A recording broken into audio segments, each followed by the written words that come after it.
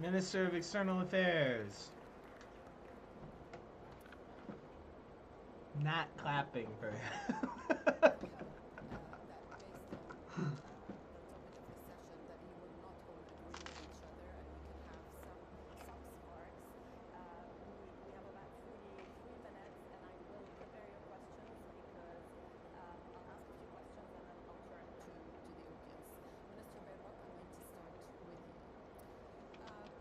It's very diplomatic to agree with each other. That's why she's saying it. Why would she say that? I don't think I've ever heard anybody say something like that.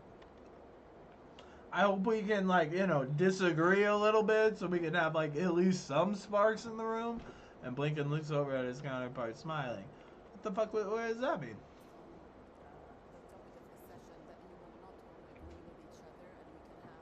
Okay. Okay.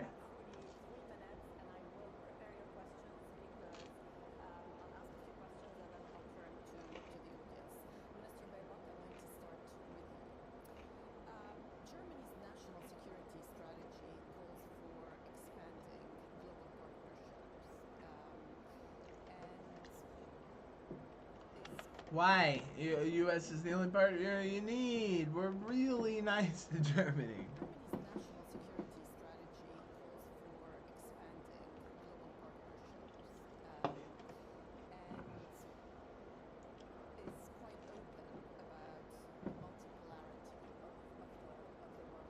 Oh.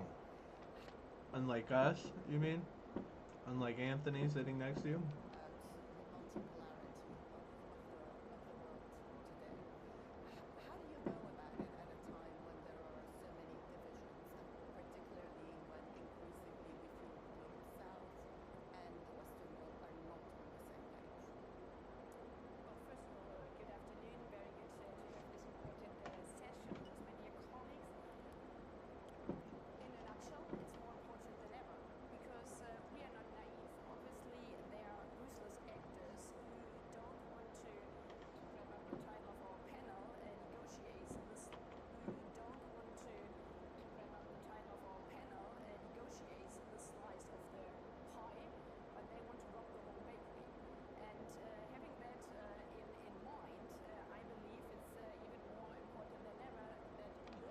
They don't want their slice of the pie. They want to rob the whole bakery. Who's she talking about? The South, the global South? Some bad actors. Good afternoon.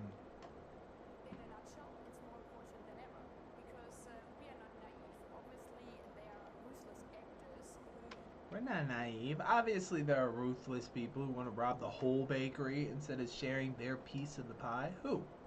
Name drop. Who?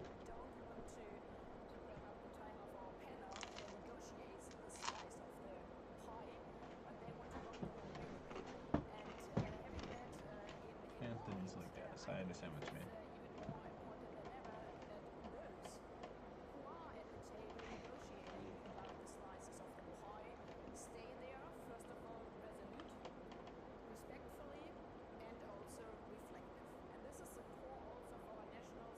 Are they not doing that?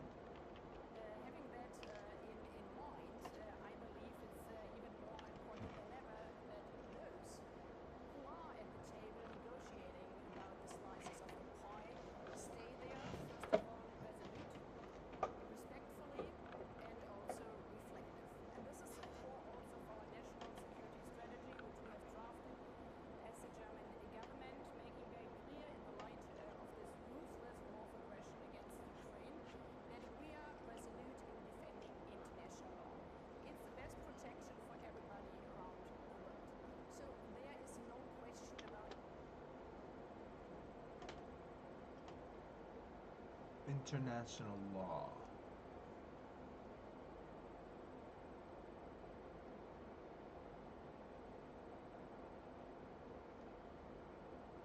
International law. Who made those laws? Probably not the countries that want to not listen to them.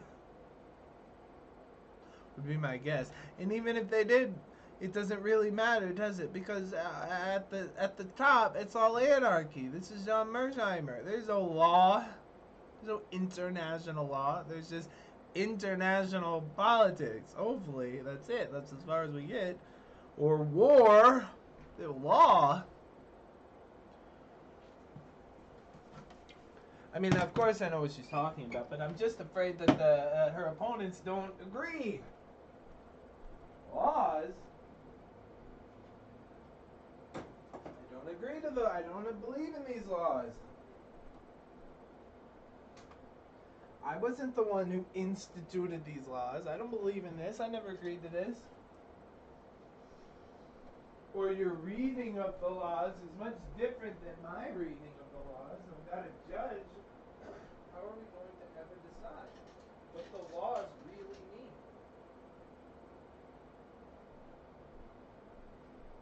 I guess we must have some sort of international judge, though I've never heard of who they are. I guess they're the UN Security Council, but that's not good enough because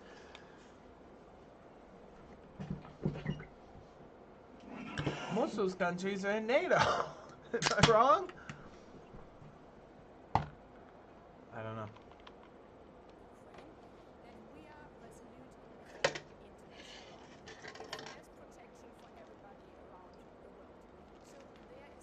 This is an antithesis to what they're saying, which is fuck international law. Is what's happening. Is what's implied by what she's saying.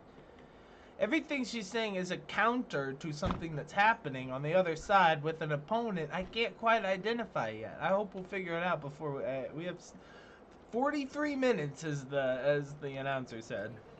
So we don't have much time.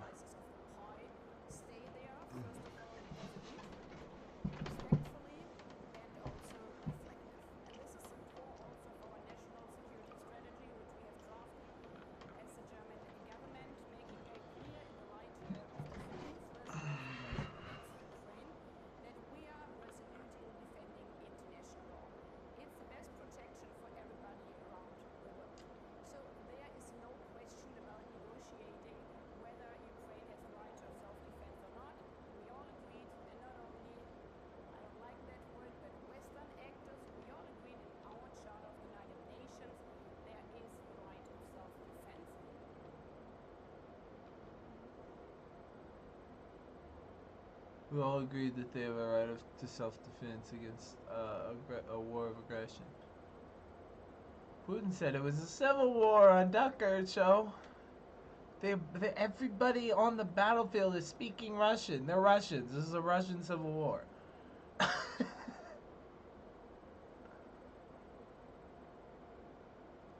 She says no, they're Ukrainians and they have the right to get their territory back. Fight to the last man. Total victory. We all agreed on this.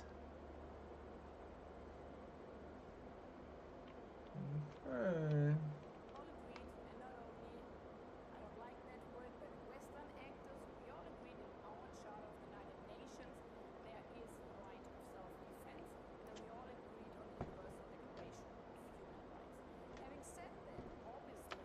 Oh, that's where we get our human rights. It's a universal declaration in the UN Charter by the Western actors. I was because with the Peterson stuff and we're gonna overthrow the government and separatists and neo-Confederacy, neo-Nazi. I'm starting to get a little nervous about who guarantees our human rights. But don't worry, it was enshrined in the UN Charter by all the Western actors. So thank God.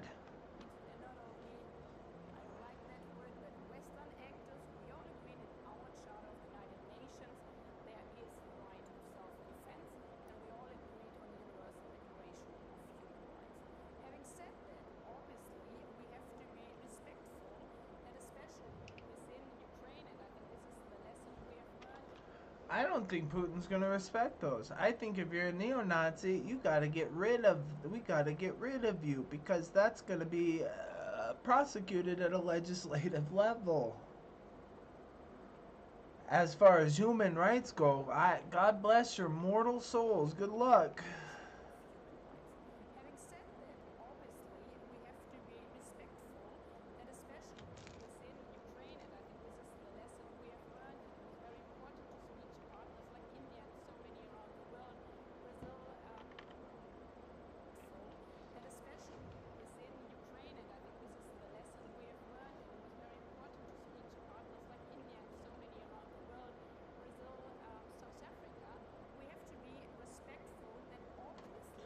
India, Brazil, and South Africa. Who are we missing here? China and Russia, right? It's BRICS.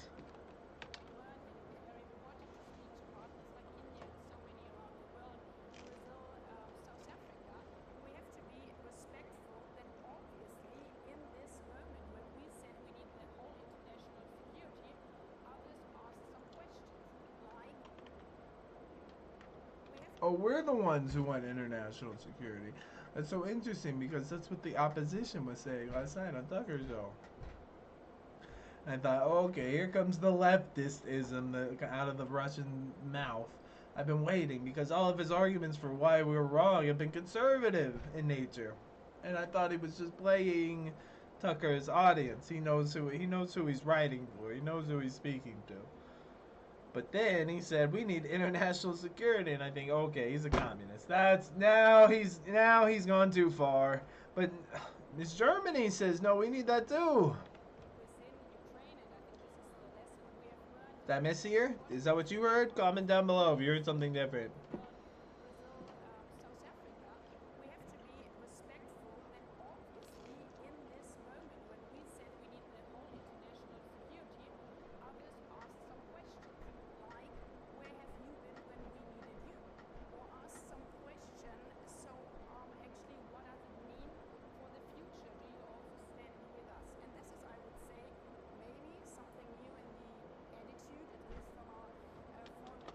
When did we need them and they didn't show up? Again, there's a lot of yous going on and thems. I'm not exactly sure who we're talking about, but I think Blinken knows and Mr. India knows.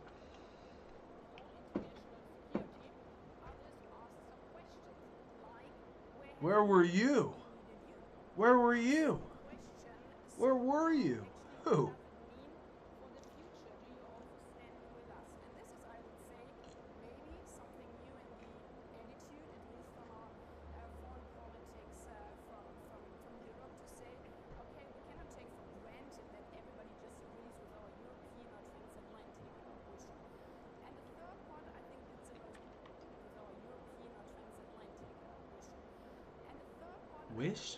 Wishes?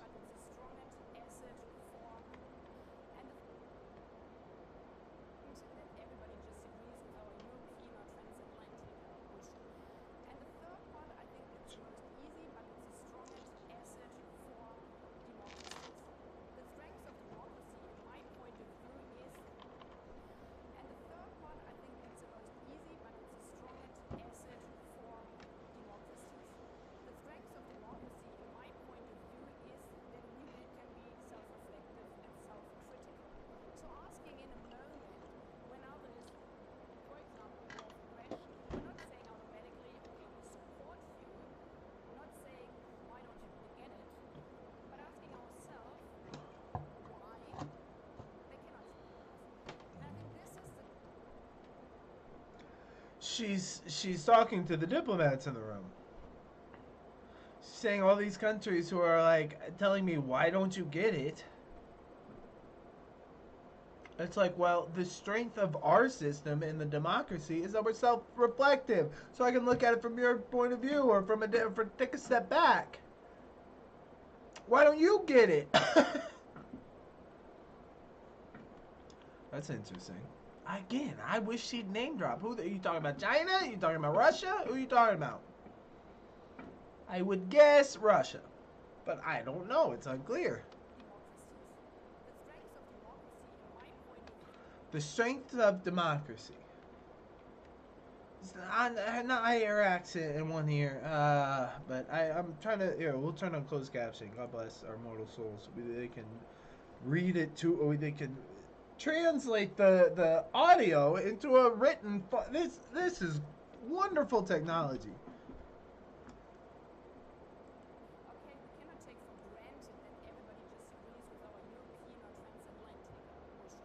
Wish.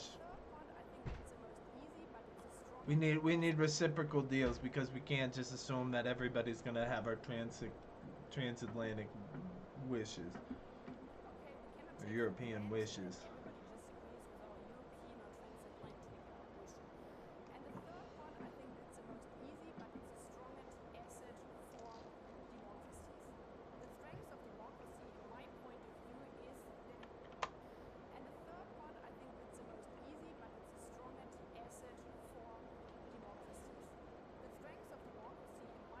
are easy. that we can be self-reflective and self-critical.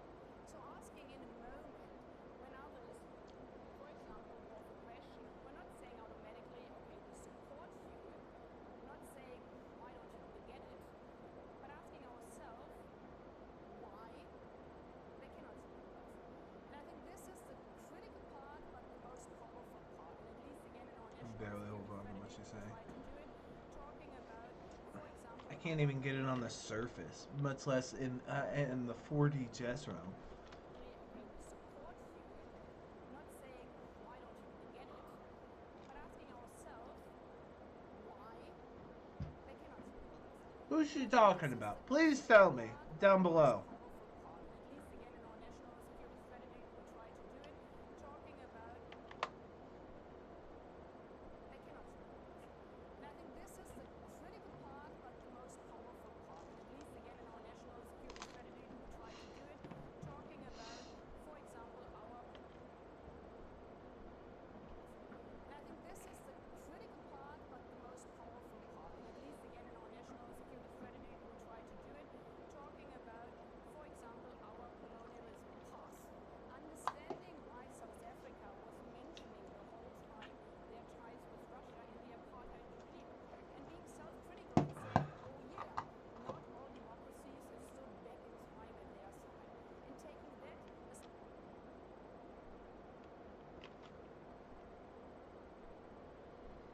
I don't know.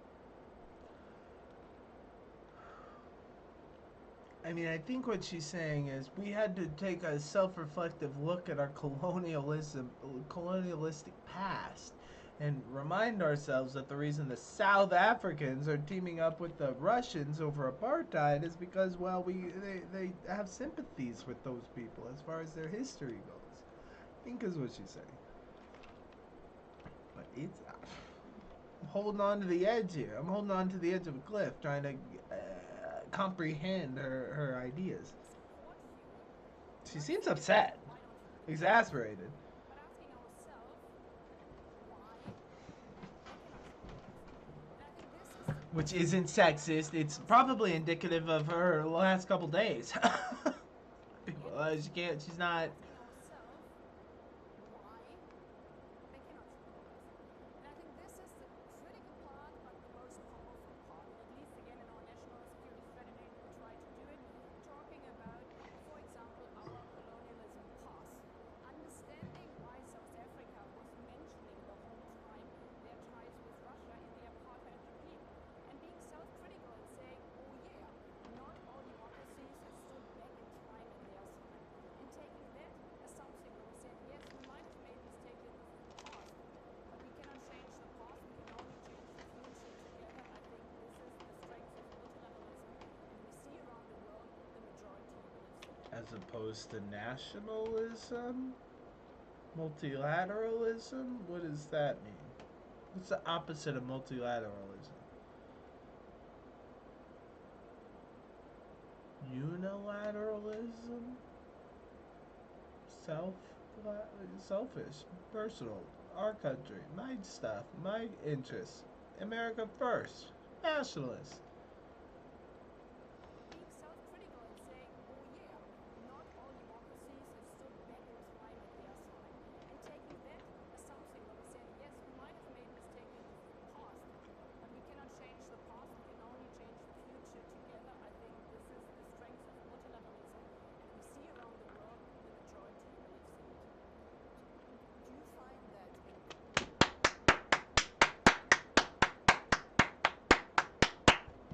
Okay, only like one guy clapped, but I just thought it was only interesting. change the future together? I think this is the strength of multilateralism, and we see around the world the majority believes in it.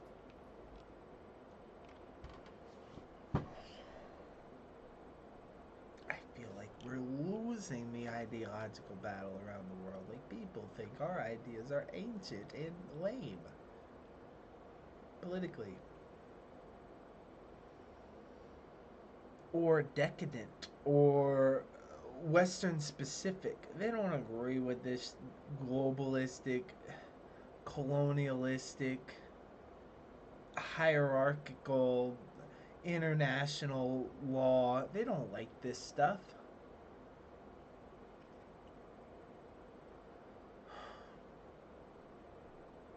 But maybe they do. Maybe the Indians like it. Maybe the Australians like it. The Europeans like it. The Latin Americans like it. Maybe they do. Or maybe they want to have nationalistic tendencies or join a different type of union, a federation, like a BRICS type. Use different money. Break away. Get away from the colonialism that defined our circumstances up until this point. I mean, you guys are the bad guys. And she's like, "No, that was the past. Come on, let's not. Yes, that was bad what we did, but now we're all not doing that. So, come on."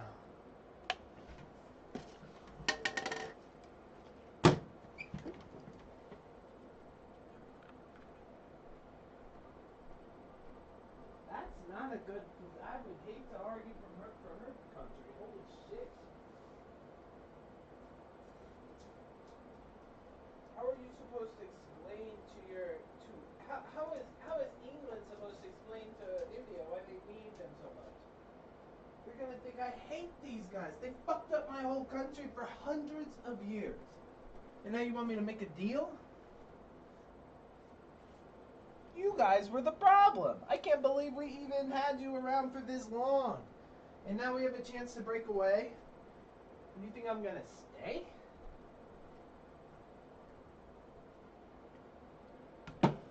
I don't know, man. I think she. I would hate to be debating from her position. I'd rather be the belligerent one, the nationalist.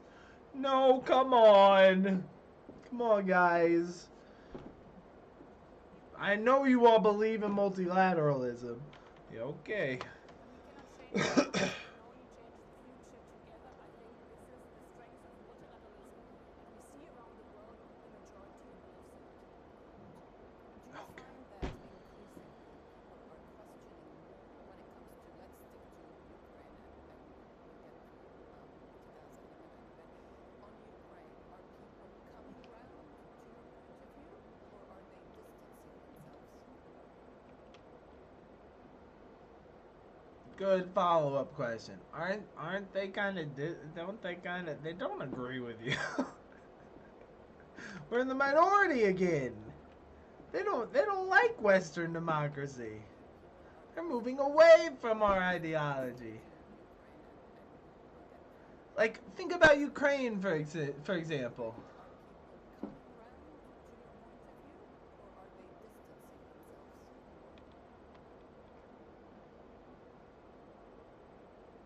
We're tired of the war. We think they should fight their own war. Right? Isn't that what everybody's thinking? Or maybe they're coming around to this multilateralism. We gotta support each other in the democracies. Don't forget, this is the security conference. What we're talking about here is war.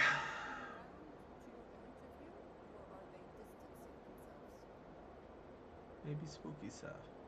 Well, we've seen over the last 2 years. I mean, we've seen the 142 voting in the General Assembly, so it is a majority of states because most of the countries in the world, like mine, we're not the biggest country in the world. We don't have the biggest military means, and this is for most of the countries. They know that the Charter of the United Nations, the rule of law is in their life insurance. So we see this big majority there. We see also the support. Many If we don't have the alliance, we're weak. We're only strong in the alliance. We need the alliance. We have to make this work. This is our life insurance. If we don't have this, they could take us over. the Charter of the United Nations. Germany, really? So we see this big Maybe. majority there. We see also the support. Many have traveled, and I think this is really important to give always the question of war, the question of human faith.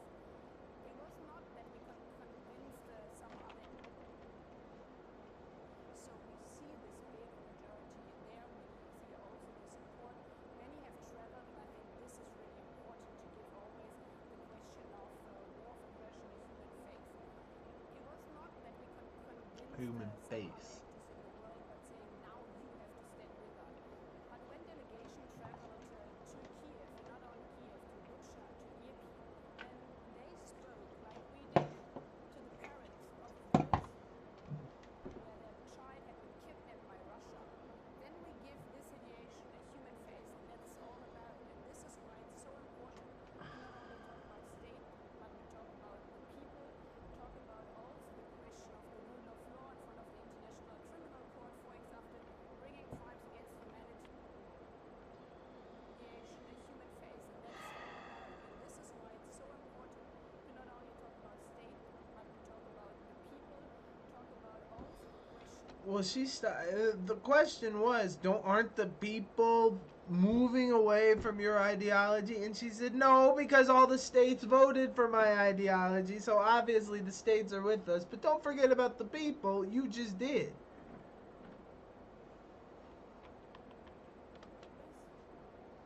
where their child had been kidnapped by Russia.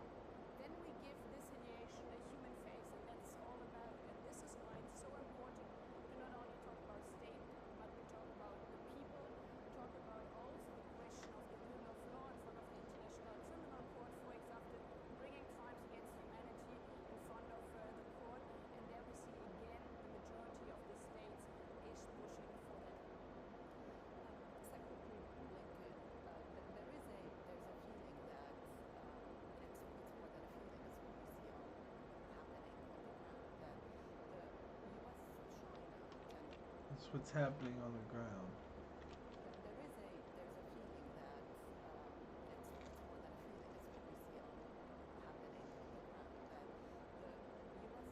the ground, that the U.S.-China tensions are leading to greater confrontation, and that you're almost competing for alliances, who's our ally. And we see this within the UN and various UN institutions, but we just see it all around the globe. To what extent do you feel that you are challenged in your travels around the world on the fundamental questions? First, it's wonderful to be with my friends, wonderful to be back in Munich at the security conference, knowing not all of us is speed dating for diplomats. But we've done a couple of things. I'll get quickly to your question. From the start of this administration, we've made an investment, a reinvestment, in alliances, partnerships, and the multilateral system. Reinvested, re-engaged, tried to rejuvenate, and even reimagine. And the reason for that is simple. It's because it's in our interest to do it. It's but we've done a couple of things. I'll come quickly to your question. From the start of this administration, we made an investment, a reinvestment, in our alliances, partnerships, and the multilateral system. Reinvested, re-engaged, tried to rejuvenate, and even reimagine. And the reason for that is simple. We've made an investment, a reinvestment, in alliances, partnerships, and the multilateral system. Reinvested, re-engaged, tried to rejuvenate, and even reimagine. And the reason for that is simple. It's because it's in our interest to do it. Not a single one of the challenges that we have to face and that are so important to the interest of the American people can we effectively deal with almost powerful as resourceful as we are. And so across the board, we've seen our comparative advantage is having a strong network of voluntary alliances, voluntary partnerships, and if you're not at the table in the international system, you're going to be on the menu. So it's very important for us to re-engage multilateral, and we've done that. When it comes to strategic competition, there's no doubt that we have one with China. That's not going to translate very well. If you're not at the table, you're on the menu? That sounds like your analogy is we're going to eat you unless you get bucket in line here. Strong network of voluntary alliances, voluntary partnerships, and if you're not at the table, I mean, I understand what he's saying. I just so it's very important for us to quibble with his choice of words, which is his profession, diplomacy. if you're We're not going to put you at on the table menu in if you ain't at the international system, table. you're gonna be on the menu. So it's very important for us to re-engage multilaterally. What? When it comes to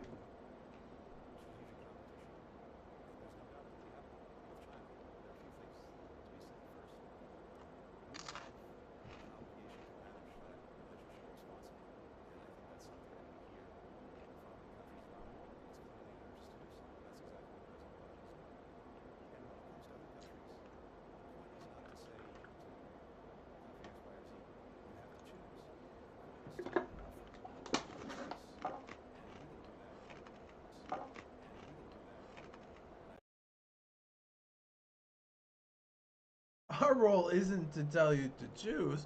Our role is to make it so fucking obvious that it's not even a choice to begin with. It's obvious you should choose us, but not even as a choice, as a fact. It's just the way. Damn, how you gonna do that?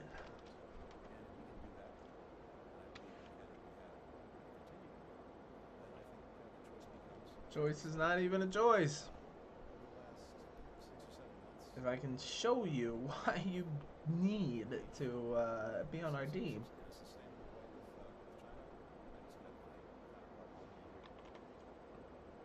Long E.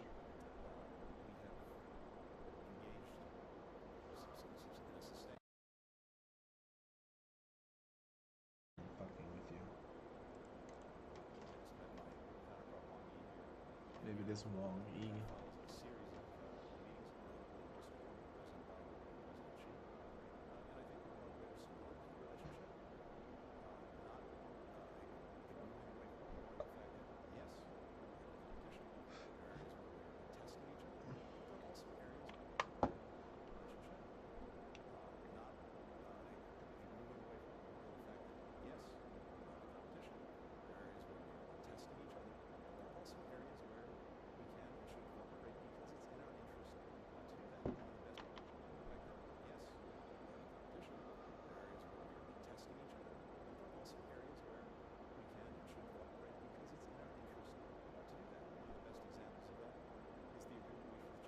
This is a capitalistic move here, right?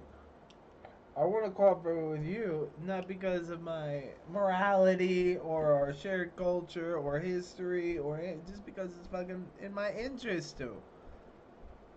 He said it 2 or 3 times, so it must be a thing that he says from his as a diplomat from our country. He says, I'm not doing this because for you. I'm doing it for us. It's gonna help you too, but the reason I'm doing it is to help me. Okay. That's not an altruistic thing to say, but it is a capitalist sort of thing to say. So maybe that's the sort of move we're capitalists, we're rich, we're very powerful, and the reason we're coming to you isn't to fucking help you out. It's because it's in our interest to.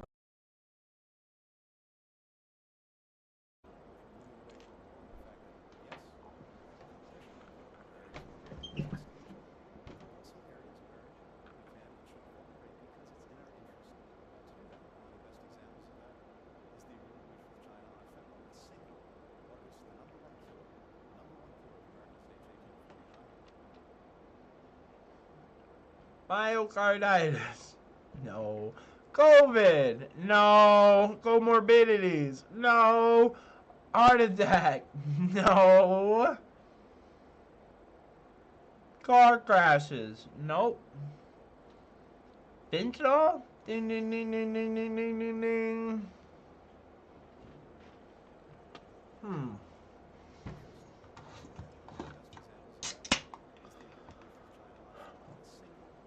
All we have to do is kill the drug dealers. I don't have to make a deal with China. I'll kill the drug dealers on my once the fentanyl hits my soil, I'll take care of it. If they're in Mexico, I'll go take care of it.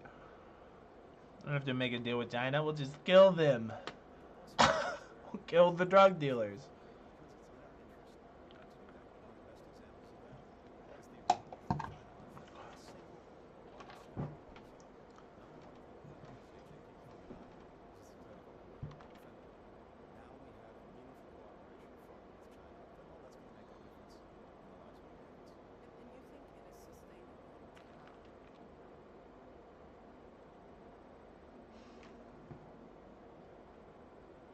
My understanding was China was basically funding criminal organizations in their country to sell the ingredients of fentanyl to the Mexicans to have their drug dealers synthetically create the opioid and then cross the border and sell it to us. That was my understanding of the situation.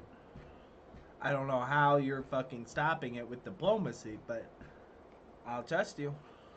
Maybe it's the #1 killer and you stopped it with cooperation from China. I'll take that as a win and we won't question it.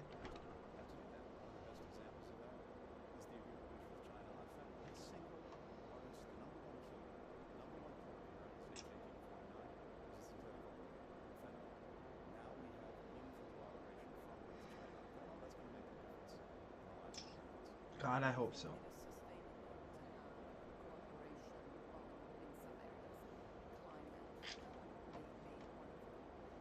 being one of them. But to have a strategic competition, the strategic competition that defines geopolitics today, and that will go on for a very long time. Do you think that that is sustainable? That both sides can find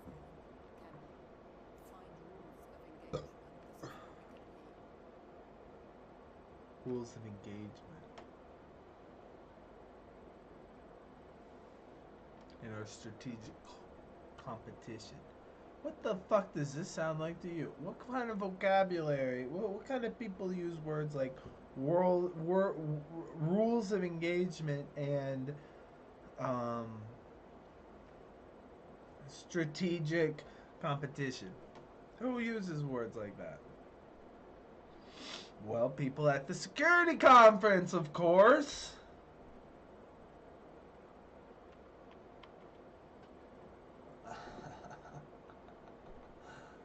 Rules of engagement. What the fuck does that mean? When does the AI empire start? Well, first we have to talk about genetics.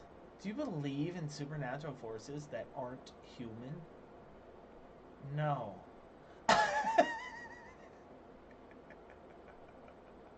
I do not believe in that.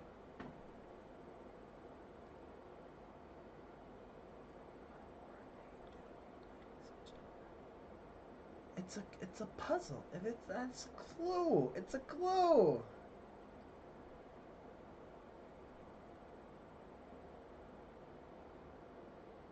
Where are we competing that is so far over the lines that we feel like we need to establish some sort of rules of engagement before we start a fucking hot war here?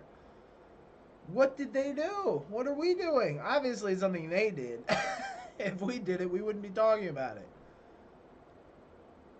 What did they do? China is they. In my sentence, God bless, I'm holding on. The diplomats, they're very vague, aren't they? Saying three things at once.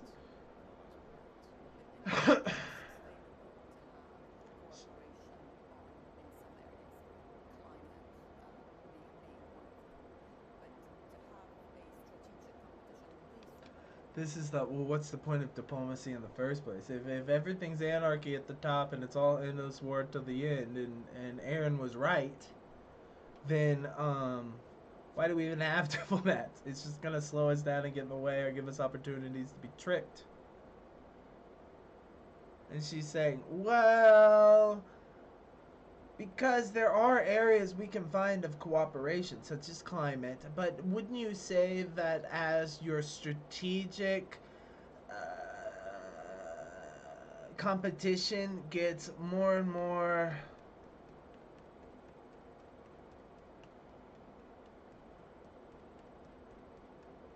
dangerous, we need some rules of engagement so that we don't have so we don't have the spiral out of control, and two, so there's actually a place for diplomacy in the future?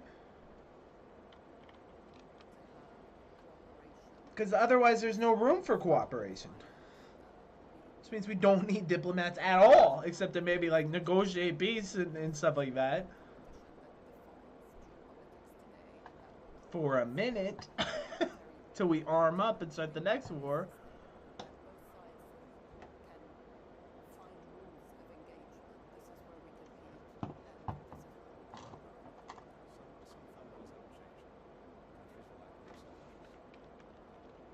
John Mershander. Some things stay just the same. Right till the end.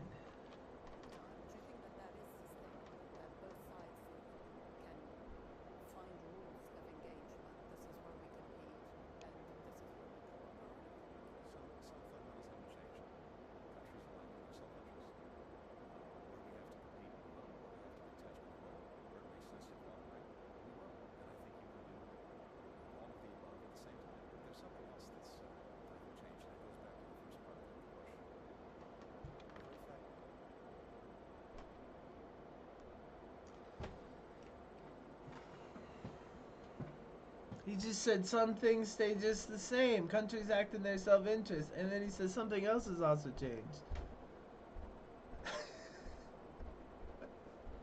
Meaning some things did change. Countries are now acting in their own self-interest. They're becoming more nationalist. We're losing the global order. Neoliberal democracy isn't working anymore.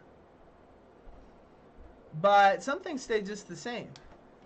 But another thing that changed. I can't follow this. I can barely follow this. Blinken. Which one is it?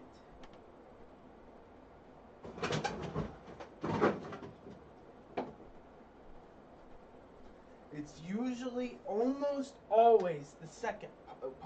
If you listen to it in reverse, it's so much easier to understand. Because you can see where they're going. You already know where they're going. If you've already heard it once. Listening to things backwards helps you show where their mind was, the train of thought at each station. I thought he meant some things stay just the same, but after listening further, he said, no, the other things that have changed are...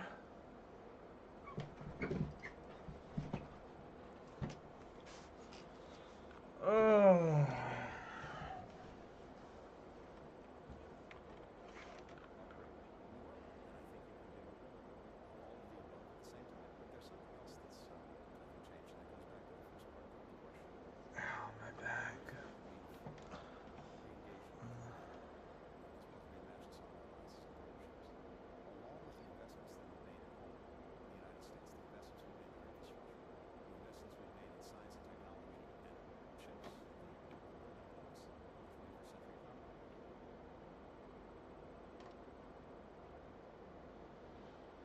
Chips?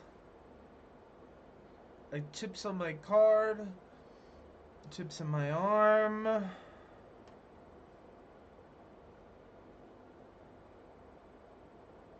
Chips are the building block of the technology of the 21st century? Chips? Does your phone have a chip in it? It has a SIM card. It probably has a chip in it. What is a chip anyway?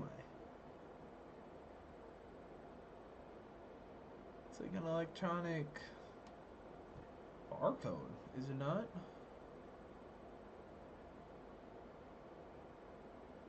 Chips are the building block of the technology of the 21st century. Q. Enter India.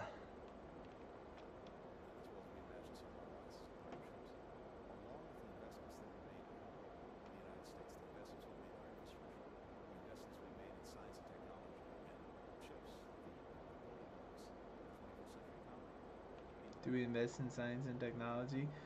Yes. We subsidize companies that do this. Oh, yes. Call it research and development. And we subsidize this. Meaning we pay for it. The government pays for this to the companies to do this. I remember this specifically with medical companies. The way they sell their drugs and stuff like that requires that they have so much profit so that they can do research and development. And we subsidize their research and development as if it was government owned. As if the medical research was government owned. We pay for it. I guess they pay up the difference. Yeah, I don't know. I can't explain to you crony capitalism. That's got to be somebody else. It feels not good. It feels like something's wrong. It doesn't feel like capitalism at all. Feels like the government is picking winners and losers. Is how we say this. And with the capitalist vocabulary. And that's socialist. And that's communist shit. And we don't do that over here. We are entrepreneurs, free market, laissez-faire, freedom to fail. We just don't believe in subsidizing research and development, science and technology of other countries. But functionally, effectively, we are doing that. We've been doing that my whole life, right? Well, Blinken says we've invested even more in those areas in the last couple of years. I bet after COVID and virus sequencing of the genomic mapping of the fucking bioweapon or whatever the fuck. I bet you've been funding a lot of science and technology. I bet so. This is a shot at over the bow at China. I'm not exactly sure what he's saying. Listen to the question again. His response is, yes, there's a place for diplomatic conversation, and there always will be, but let's not get it twisted. Things have changed. Another thing that's changed is we've had to invest a lot more in science and technology and chips of the 21st century to compete with China in the correct way. You give me a nurse. Get your clothes off and let a mature nurse auscultate you. Auscultate? Oof. I was into the taking my clothes off. I'm not sure about the auscultating. That both sides can find rules of engagement. This is where we compete, and this is what we do. Yes, but no. Some fundamentals haven't changed. Countries are acting in self-interest. Where we have to compete, we will. Where we have to be intentional, we will. Where it makes sense to cooperate, we will. And Basically, no. all of the above at the same time. But there's something else that We can cooperate too, but. we will, and I think you can do all of the above at the same time. But there's something else that's changed, and it goes back to the first part of the question. The very fact that we engaged in rejuvenating, as well as reimagined some of our alliances and partnerships, along with the investments that we made at home in the United States, the investments we made in our infrastructure, the investments we made in science and technology and chips, the building blocks of the 21st century economy, the investments we made in climate technology. Put those two things together, investments at home, much greater alignment with partners and allies across the world. I don't know what he's doing to rejuvenate, revigorate, re-engage, reimagine, but he's clearly talking about a very specific thing he did, or a very specific event in time, but I couldn't tell you what it is. Minister Chaichanta.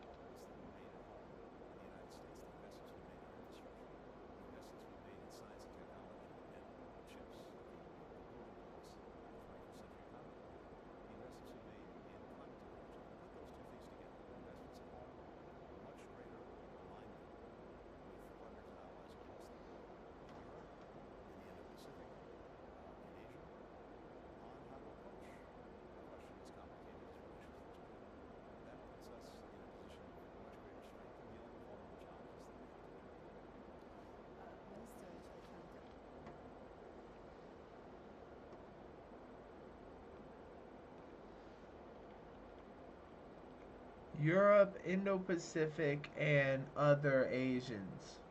I guess that would be the good Koreans and the Japanese. And the Indians. But that's Indo-Pacific. So is Japan. So is...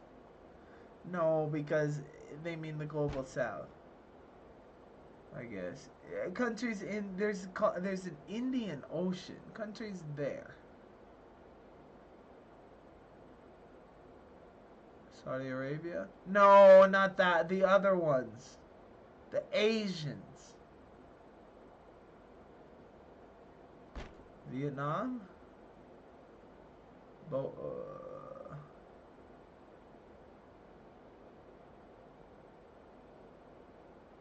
Bangladesh?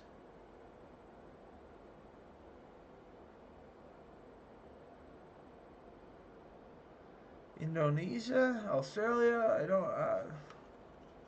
India, I think, is my boy on the right. The investments he made in climate technology. You put those two things together, investments that have much greater alignment with partners and allies across the globe in Europe, in the Indo-Pacific, Alignment with our partners. on Bigger. approach a question as complicated as relations to China. That puts us in a position of much greater strength in dealing with all of the challenges that we have to deal with. Minister Jaishankar, India has more of a multiple choice mindset. Would that be right? From non-alignment to, I think you may have called it, or somebody else called it, all alignment. So you can pick and choose alliances, but you can also pick and choose topics on Russia. For example, you still buy Russian oil. We don't get to pick who our alliances are. They're already defined, basically. We're friends with England. We're friends with Canada. We're friends with Germany. We're friends with Europe. We're friends with Australia. That's the way it is. That's not changing. India has more of a multiple choice mindset. They can pick their alliances. Not only that, they can pick the topic of negotiation that they want to negotiate over when they come to the table to pick which alliance they want to join. You can choose alliances, but you can also pick and choose topics on Russia. For example, you still buy Yikers. Russian oil. Is that okay with your We have sanctions on Russian oil. That's supposed to be all of our allies, but apparently the Indians are like, no, we're still gonna buy the oil. Still gonna buy the oil. on Russia? For example, you still buy As opposed to Germany, who shut it all down. Putin said on Tucker's show, it's not like Nord Stream was the only gas pipeline that went to Europe. There's one that goes right through Poland, and they shut it down. One of the pipelines in Nord Stream still works. In Germany, shut it down. They don't want it. They're not buying our energy anymore. India is, she's saying. Not following the sanctions. from non-alignment to, I think you may have called it, or somebody else called it, all alignment. So you can pick and choose alliances, but you can also pick and choose topics on Russia. For example, you still buy Russian oil. Is that okay with your counterpart from the U.S.? Everything is your relationship is fine. You can do whatever you want, whenever you want. First of all, You're sitting next to each other. We have an open relationship, man, in the U.S. We just kind of do what we both like when we both like it, and when we don't like it, we don't do it. And when we're not together, it's none of your fucking business what I'm doing. You can just do whatever you want whenever you want. That was what I was trying to point out when I said there we have sanctions on the Russian oil, but our allies are still buying it. I guess they can do whatever they want whenever they want. Called it, or somebody else called it, all alignment. So you can pick and choose alliances, but you can also pick and choose topics on Russia. For example, you still buy Russian oil. Is that okay with your counterpart from the U.S.? Everything is your Lincoln looks right at him and fine. You smiles. can do whatever you want, whenever you And want. he's gonna look back at him again. Another look directly at him and laughs. You're sitting next to each other. I know. Delighted to be here, and I couldn't find a better set of people to be with on the stage. God bless you. Looking forward to our time together. Your question, do we have multiple options? Answer is no, sir. Is that a problem? Why should it be a problem? If I'm smart enough to have multiple options, you should be admiring them. You shouldn't be criticizing. Is that a problem for other?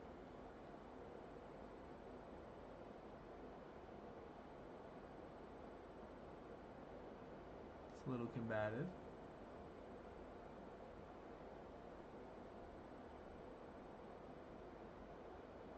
Seeing we're playing our hand really well here. You should be admiring me.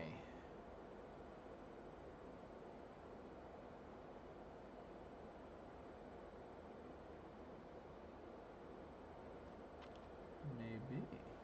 If I'm smart enough to have multiple options, you should be admiring me.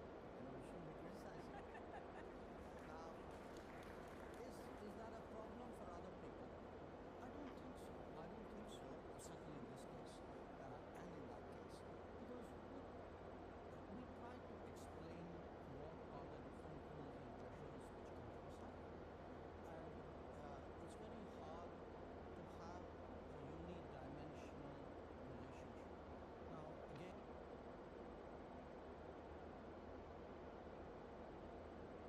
There are pulls and tugs that different countries have, and it's really hard to have a uni relationship with one country.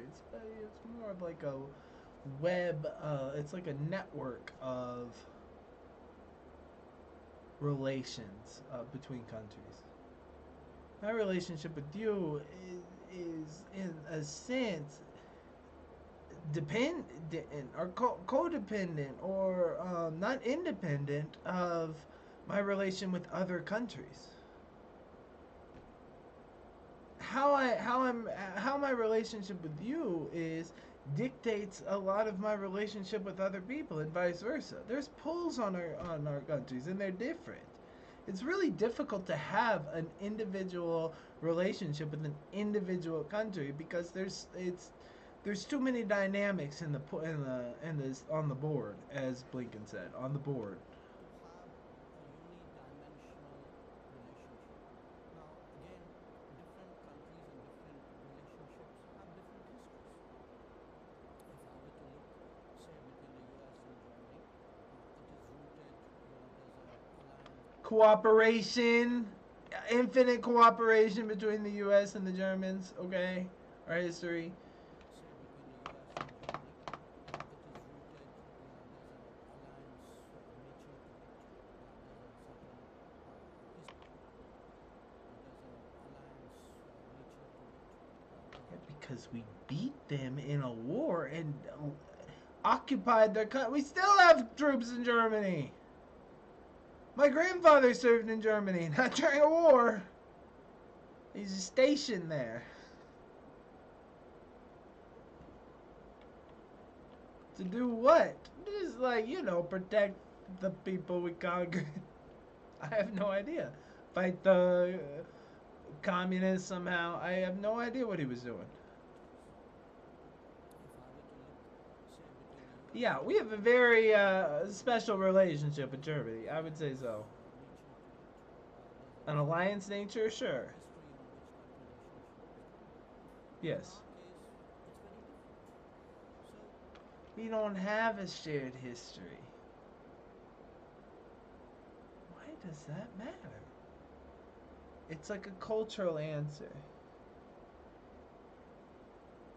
Maybe it's like I've been dating China for fucking 1,500 years, man. You just showed up on the block like you fucking someone special, but I have history with these people. I have a lot of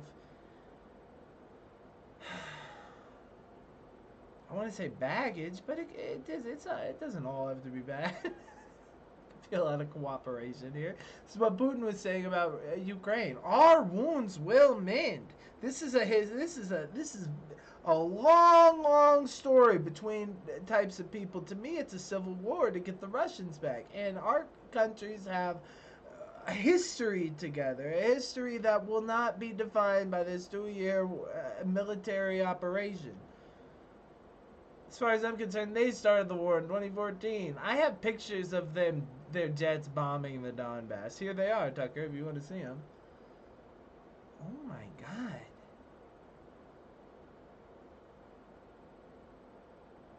We need to get some history with some countries real quick because that's what they all seem to be concerned about. Who we got? We got England, France,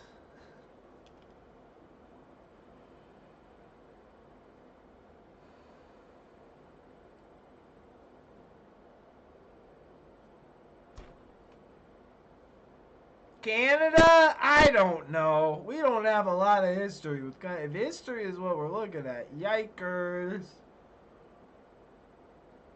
Why does that matter? It's a new day. The past is the past. I'm a German girl. Let's focus on the future. The future we can build together. Sure, there's been some mistakes with colonialism, but that's not the history we should be looking at, guys. Come on.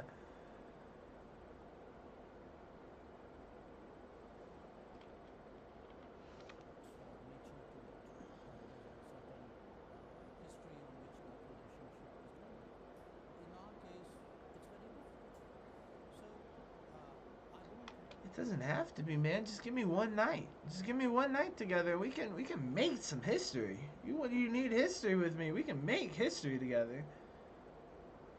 It doesn't have to be that way. Leave her. Come hang out with me.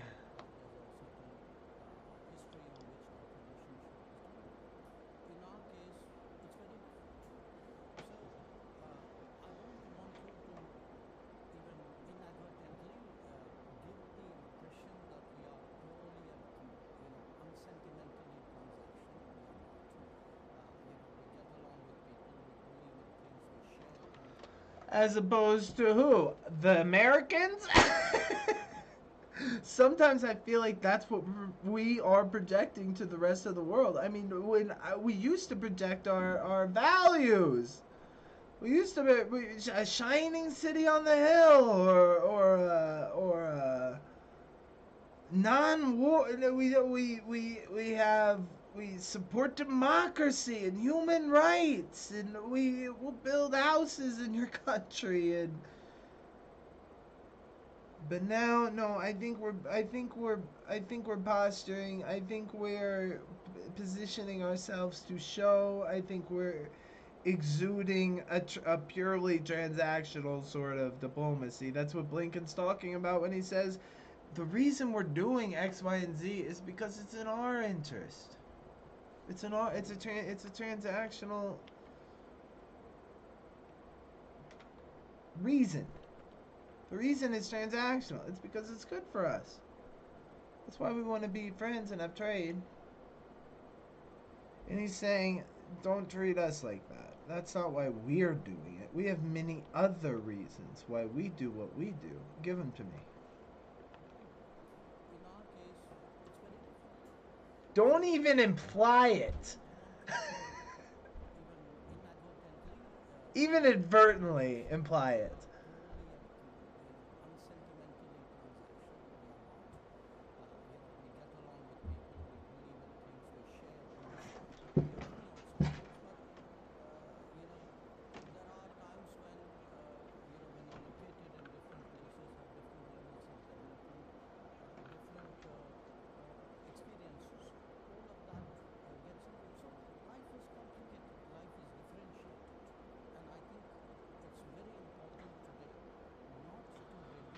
Okay, but when it comes to alliances and whose side are you on, it's not complicated. You're either on our side or you're buying Russian oil under our sanctions. It's not complicated. You're either with us or you're with the Ruskies. God damn it. It's not that complicated.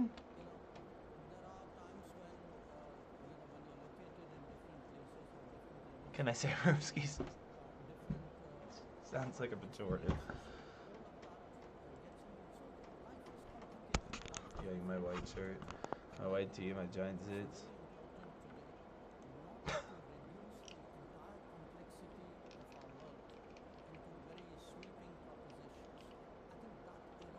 Yeah, but that's what we're about to split up the world into two sides, red and blue, and you're either you say no, we're not gonna do that. We're not. The world is complicated and differentiated, and our historical ties and pull on each other's relationships with each other. It's very hard to have a single relationship with one country. You don't understand our history with these other countries. It's complicated. It's very complicated. No, it's not complicated. No, it's not.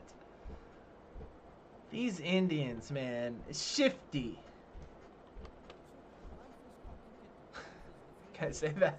And I think it's very Genetically shifty, though. introduce the entire complexity of our world into very sweeping propositions. I think that era is today behind us. So I agree very much with what Tony said, which is good partners provide choices. Smart partners take some of those choices. But sometimes there will be choices on which you say, well, मुझे तो ऐसा करना है. It's a very good point, which brings me to the BRICS and the rise of emerging powers, because that is one of the shifts that we see today. To what extent do you think that that is going to challenge the U.S., or maybe that can be sort of the bridge, especially in a world where we will see. Well, that was dangerous, what he just said. Can we go back for a second? Hold up.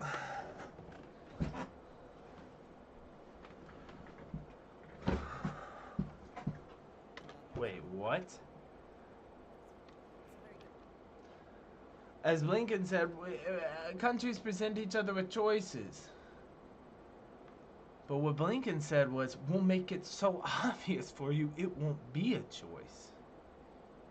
Which to me is almost has an implied threat in it. But I guess he means economically obvious. It'll be economically obvious to you why you should team up with us. And he's saying, well, you know, some deals we'll take and some deals we won't take. Okay, but that's not an alliance. That is a transactional relationship or some sort of open relationship. I don't know what that is. Either in the alliance or you're just a foreign trade partner.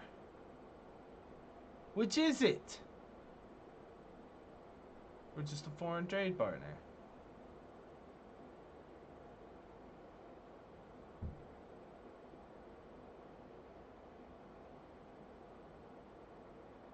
We have ties, historical ties to China and Russia.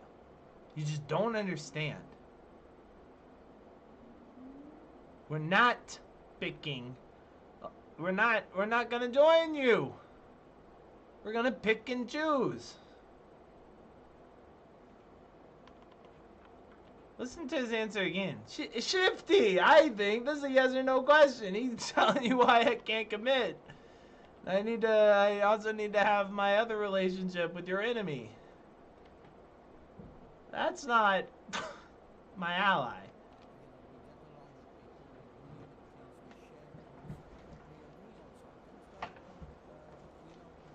We agree things, we share things. We agree things, we share things like security.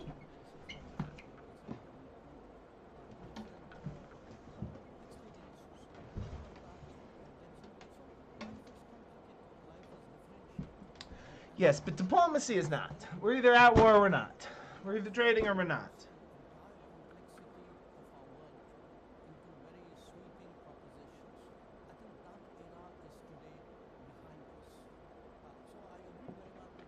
Sweeping propositions like our ideology. Like, we're all in the alliance together at the end. Is that a sweeping proposition?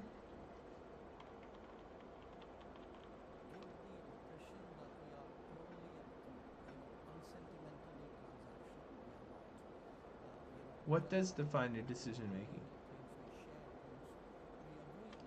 We get along with people. We share things. We believe things. It's not transactional.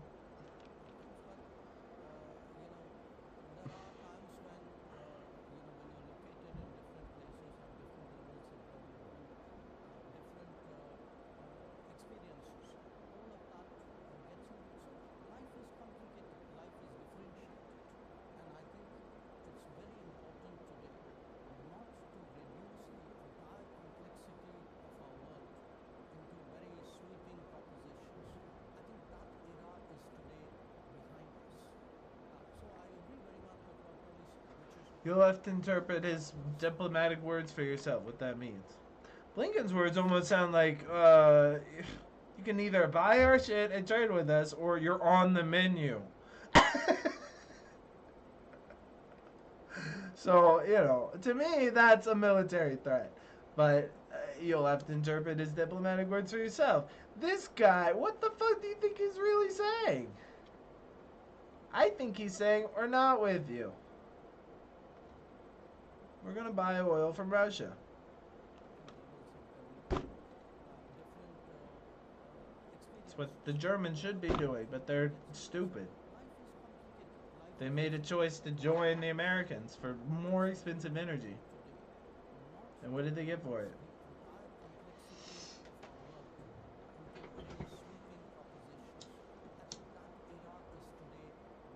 Something. I guess life insurance. If you listen to the German diplomat, the Germans think that the alliance is life insurance, as in if we don't have this, we're dead. They're gonna invade us. Is that because you're all Nazis? Because after the conversation with Putin and Tucker, I could see why that would be very upsetting to you. That if the Russians came over, you might lose some dignity and maybe prosecuted at a legislative level. Yeah. Better keep the alliance alive.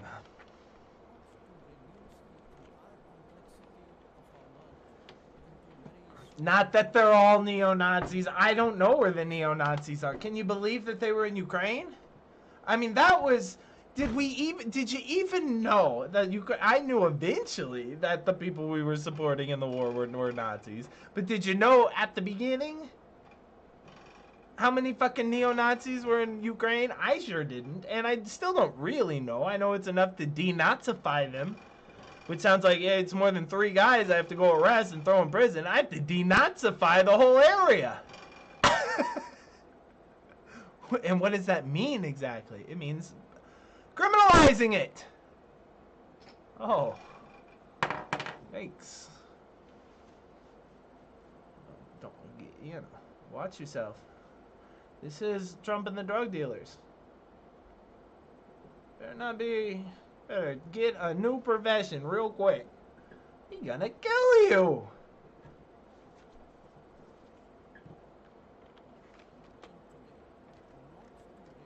Yikes.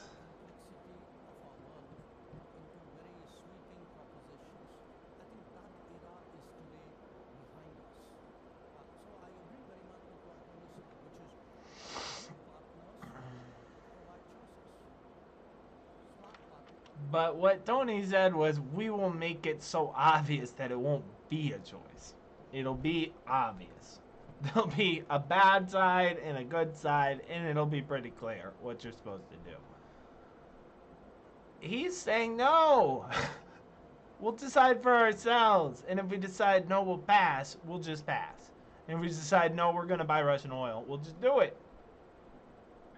The era of sweeping statements is over.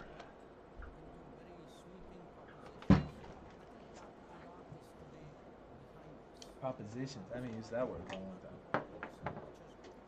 Logic. Aerosol. Whitehead.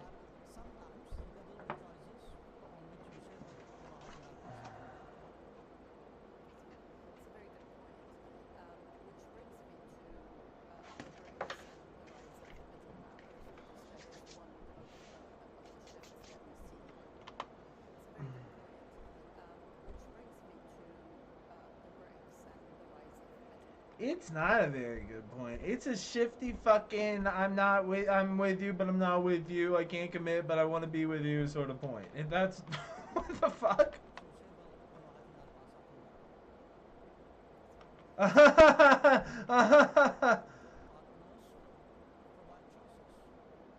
Why is that funny? Because it's snarky.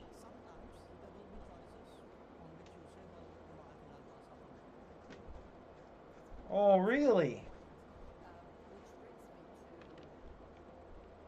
That's not how we do it. No. That would put you on the menu. You're not listening.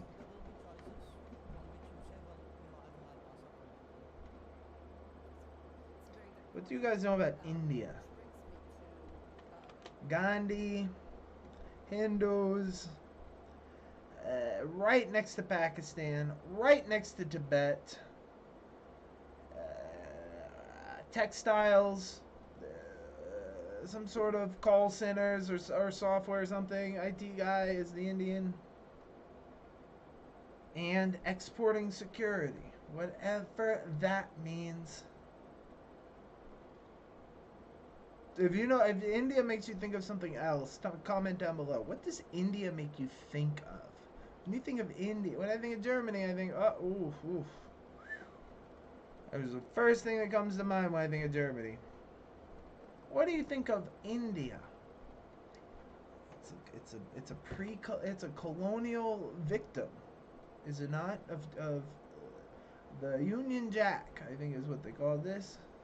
The sun never sets on the Union Jack. Why? Because it's got a fucking flag all over the world.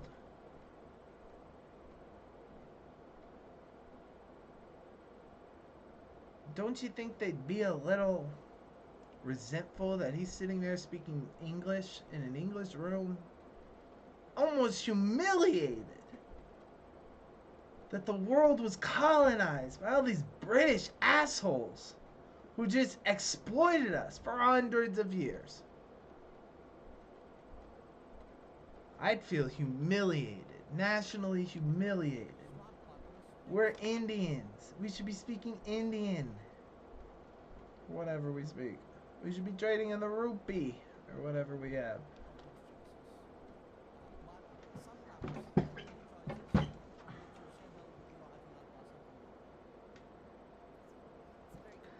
Yeah, Blinken said we weren't going to give you a choice like that. We were going to give you a choice that was obvious, and your choice would be obvious, and there would be no passing up.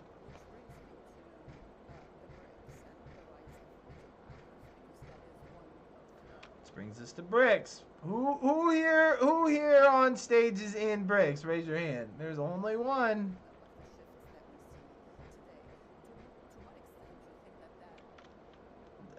Deludes our alliances a lot.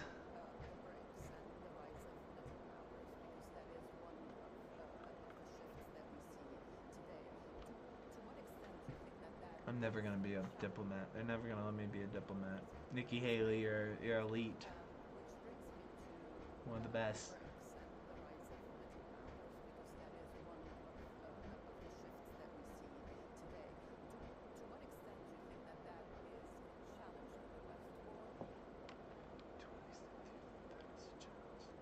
A big extent. To a big extent.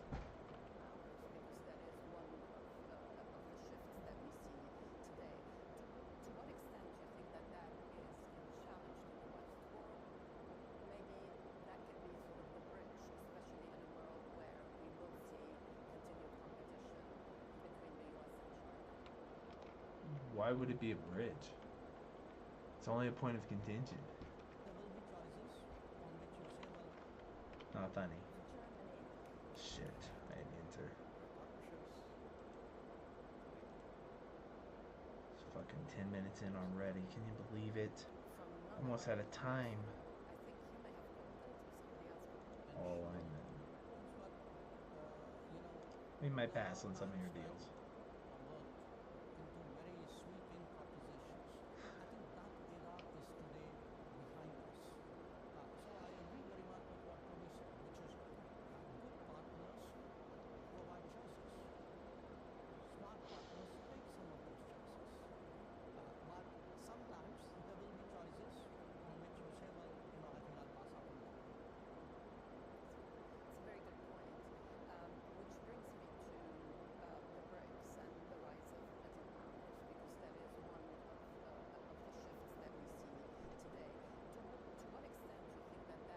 Why would it be a bridge? I thought I'd understand it if I listened to her question again, but I do not.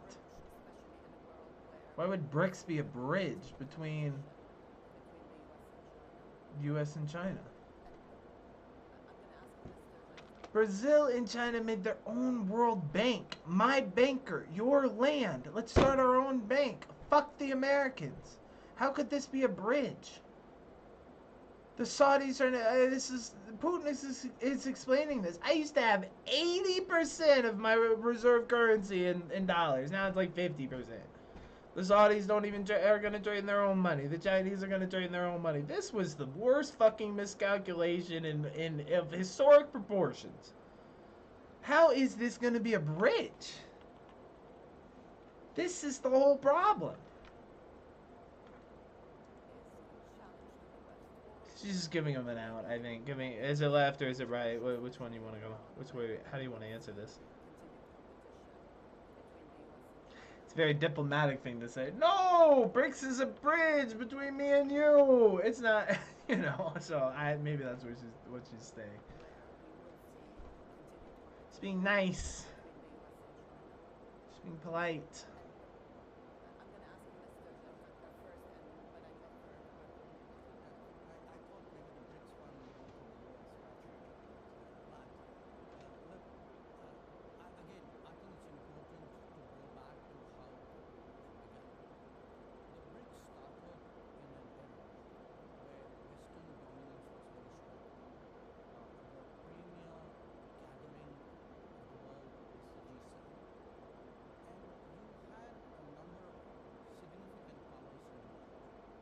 To go, not invited to the party.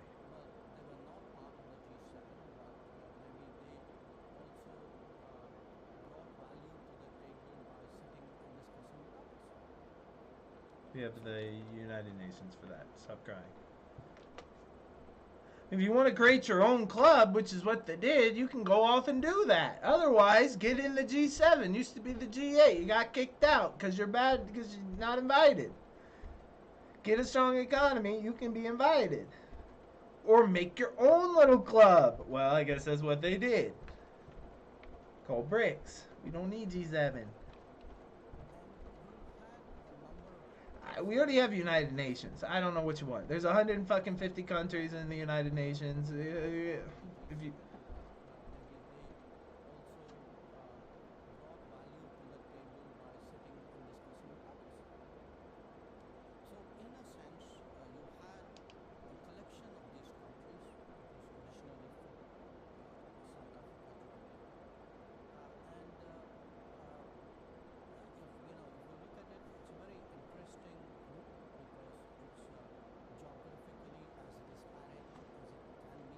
Yeah.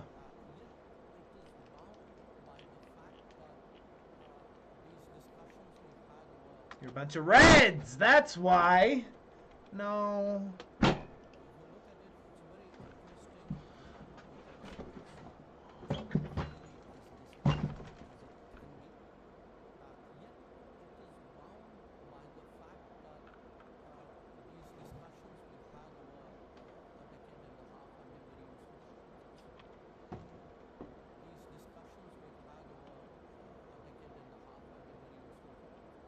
These discussions over the last decade and a half have been very useful to all of us.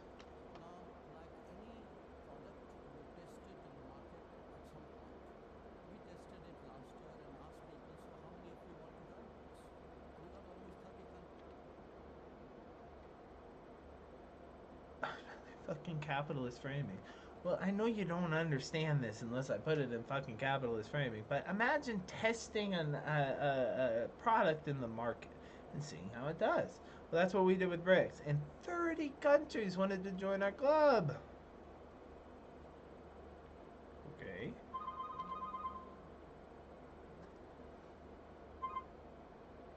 Hey, baby girl. Hey, honey. Are you coming close? I am. I'm on my way. I'm bringing food with me. Oh. So I can cook dinner. I bought a pizza for lunch, but I'll eat your food. I love your cooking.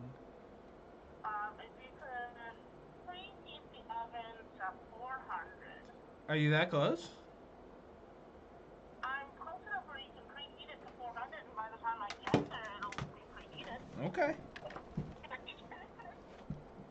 That's pretty close. I turn my oven on for hours anyway. It's never like...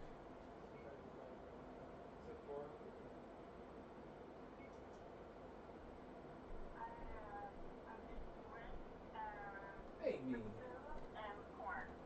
Baby. That sounds really good. Yeah. I'm streaming content. Just sitting here.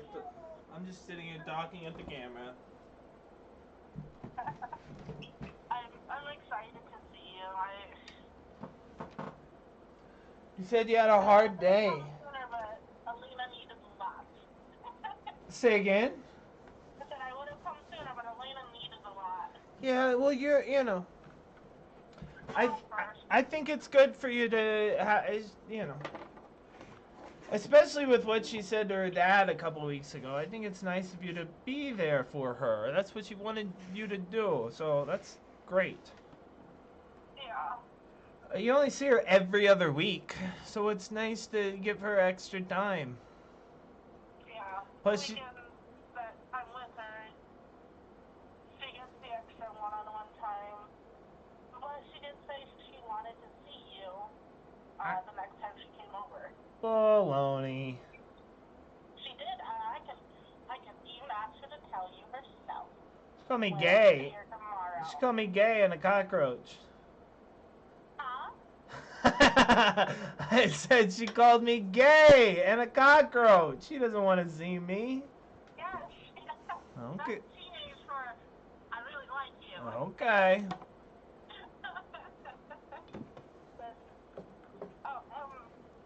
My friend got me something from Sonic. It's a dirty Dr. Pepper.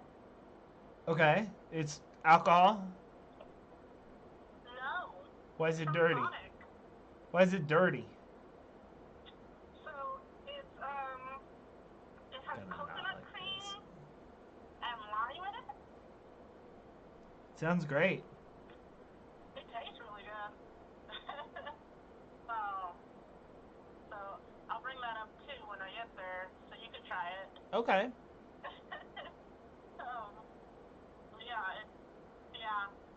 It'll be fun. And then I brought stuff for us to drink too, because I didn't know whether or not you had bought anything. Like alcohol? I used some money, but I don't know if you bought soda. Are you talking about alcohol? No. Okay. Well, yeah, I have water and soda here. I didn't know whether or not you'd actually bought soda. Sure, sure. Well, God bless you, honey, for thinking about me like that. I always think about you like that. You know I got a soda itch, tongue, sweet tooth. I know. God, do I know. Yeah, it's a real thing. I have to fight it. It's almost as bad as my smoking. It might even be equivalent to my smoking. When I don't have it, I feel sick. What's up? So the sweet tooth is hard to kill. Well, it's soda just specifically. I don't know what it is. I don't know if it's the caffeine. I don't know if there's something addictive inside it. You know, they said they used to put cocaine in the Coca-Cola. Yes, they did. So I don't know what's in the Pepsi but I'm stuck on it and I can't get off it. It's just like the weed. I need it. I need it every couple days or I get sick. That's kind of like you. I need it. Baby. Every couple days, I need you. Baby. Baby. Did you bring anything white for me to play with? Maybe. Good. And the charger that goes with it? Good. I got a plug in by my bed. You can just plug it up.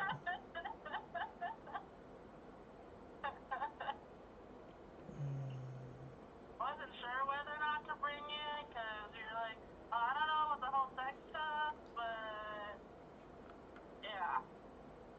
Yeah, I don't know what I'm going to feel like doing or want to do tonight, to be honest. I don't know if I don't want to struggle for 5 hours to get an erection and then try to jerk off to porn. That's not what I want to do.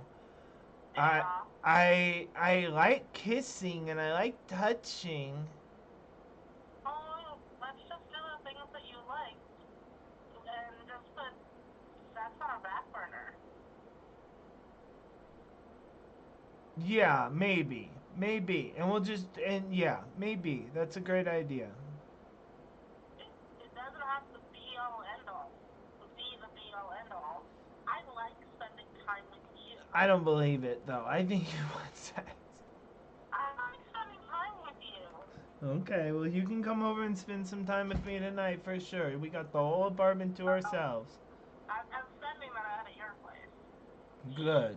I'm spending the night at your place. I'm not leaving this time. Do you have quarters? I do not. I can't get any quarters till Monday, I think. So I can't do laundry, but I want to.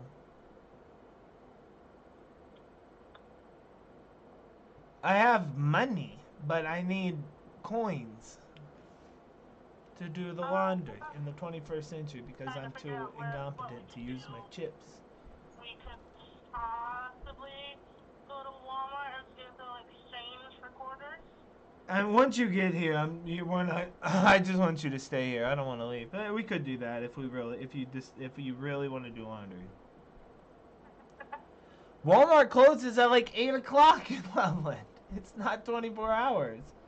It closes at 10, but thanks. Oh, okay. Maybe it's 10. I don't know. I'm not going to want to leave once you get here. I'm going to want you to stay. I know. Okay. I know. Are you close? I'm on 34. Okay, I'm well, on Eisenhower, technically. I'll see you soon, baby. I'll see you in a couple minutes, okay? Just come in.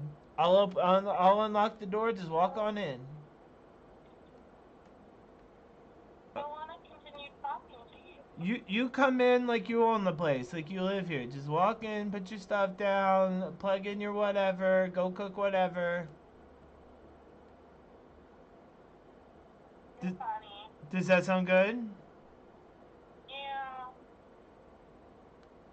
I wanna finish my live stream, baby. I'll talk to you in a minute. Okay. I'll see you soon. Love you. Big kisses. Love you too. Bye. Bye. Maybe we'll just live stream our date. We're not gonna do that. I have too much logistical things I want to do while she's here. Technically, and in my room, like a technological logistics and do my laundry and cook my food stuff.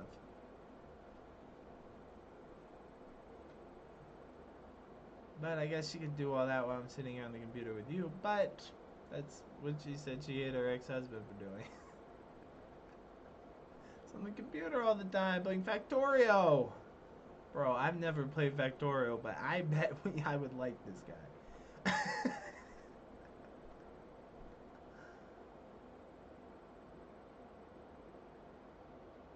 Man, I wanted to get through this. Girl, can you give me 2.5 hours to watch 30 minutes of content? Should already be done with it, but it's stuck. We tested it last year and asked people, so how many of you want to join us? We got almost 30 countries in the world to join us. So clearly 30 countries saw value in it. That must be something good with that. Nope, that doesn't follow at all. It could just be I need a clan right now because the Western colonial powers are oppressing me and I'll take anything. Anything but the status quo. That doesn't mean it's valuable. That doesn't mean they want it. That means it was a choice and they made the choice.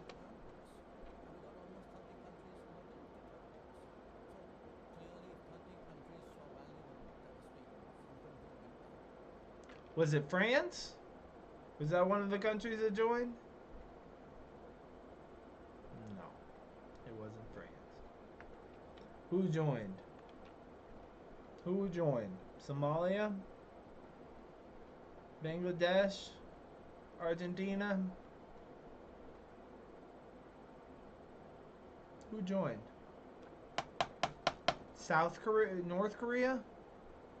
Who joined BRICS? I know the people in the acronym. Almost 30.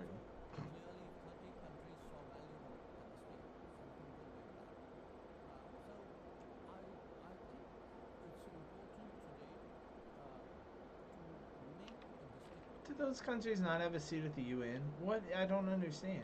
He's saying, look, they weren't invited to the G7. Yeah, no kidding. There's a 7 in the name. There's only 7 people invited. India is one of them, I believe. China is one of them, I believe. Japan, Germany, France, England, and us, I believe. Or maybe Canada's in there. Not sure. But I guess we'll join BRICS because we're not invited to the G7. What?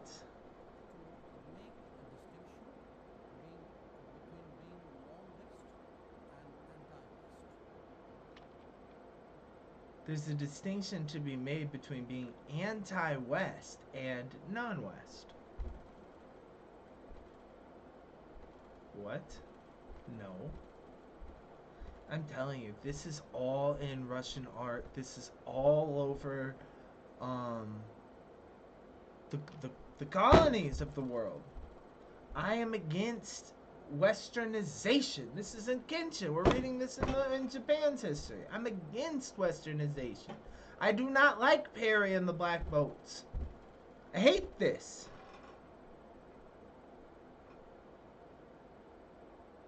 A distinction to be made between anti-West and non-West.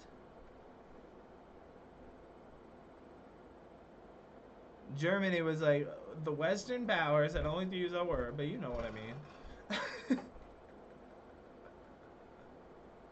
Anti-West and non-West.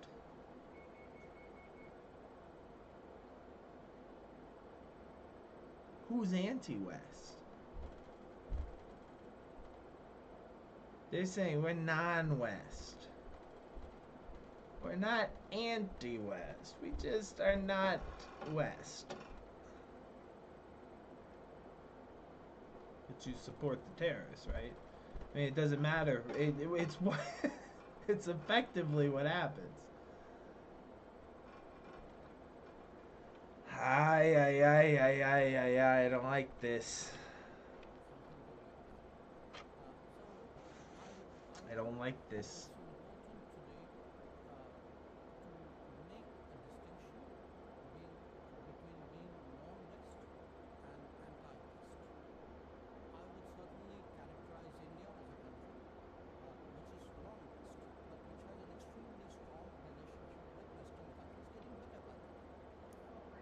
Getting better by the day.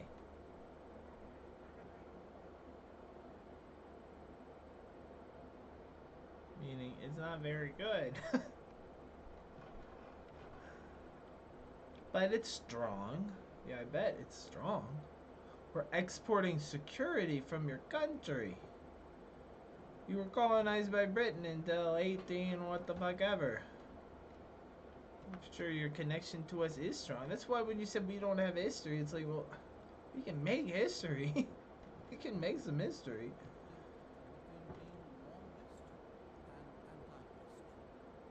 So what are you? That's a negative. It's a negative. Is there East? So what is that? So what do you believe? What does the West believe? What does the East believe? It's like imagine I'm releasing a product into the market. As if maybe that's what West means. It means money and trade, products, market, rich, economic strength. The West.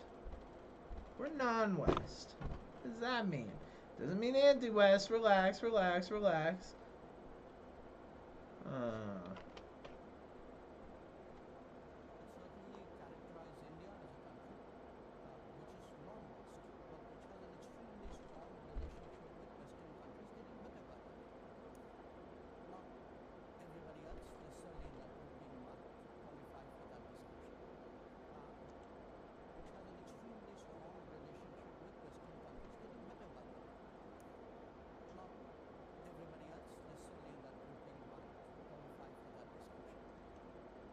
Russian China is what we're not saying, right?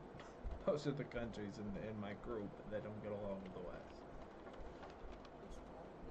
But me, personally, we do have a strong relationship with the We're not anti-West, we're just non-West. Okay? Non-West. The fuck? Everybody else necessarily in that group being might qualify for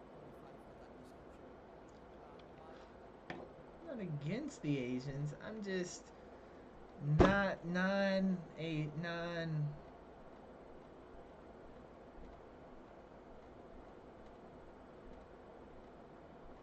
I don't really quite know what you're trying to say, man.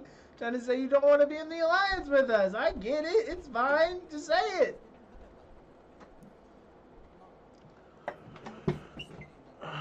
Non-West. Okay, well then get the fuck out of the alliance. Is this the Pacific Quad? We're in the Pacific. We can't get rid of this. We're bound by borders of an ocean.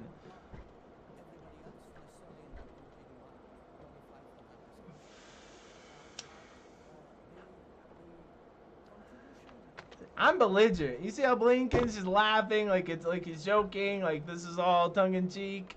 Very professional. Way stronger than me. I'm belligerent. I'm like, what the fuck do you mean non-West?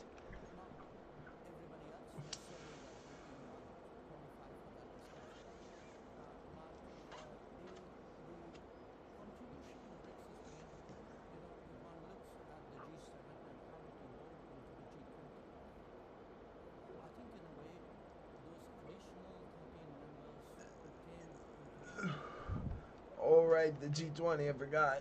We also have the G20. We have the G7 and the G20 and the UN and NATO and BRICS. These are the vocab words for the chapter, guys. You gotta know these players.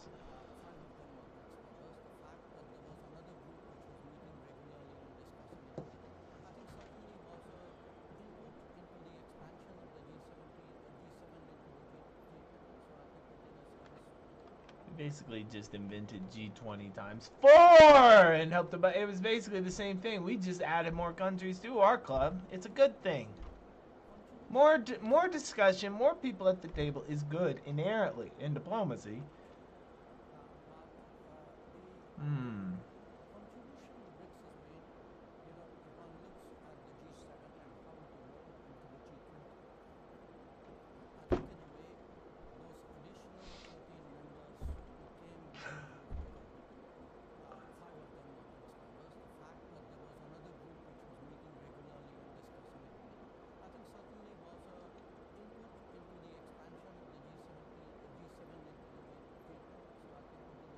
Basically did that too.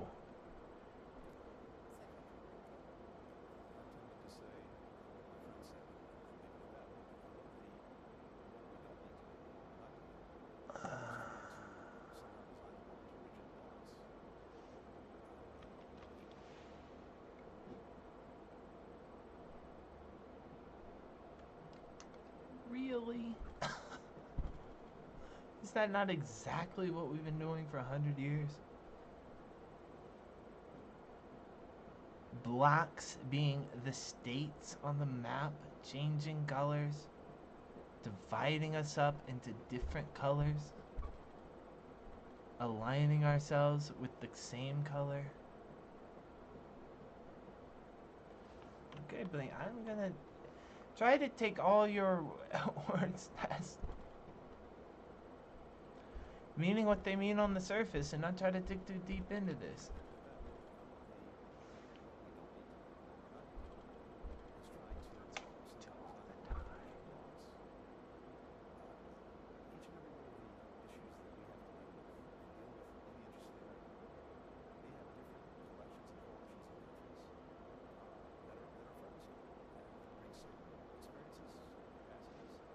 Like the Jews and the Palestinians? Is that what you're talking about? What are you talking about?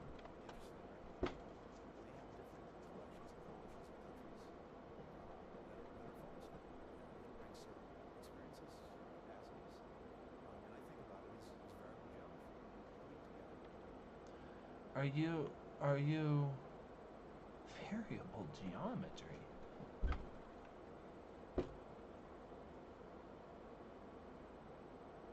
Like a network. like a web.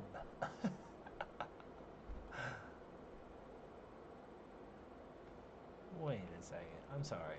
I'll take you at your word. I'm an American, so I'm not gonna argue with you. You're our leader.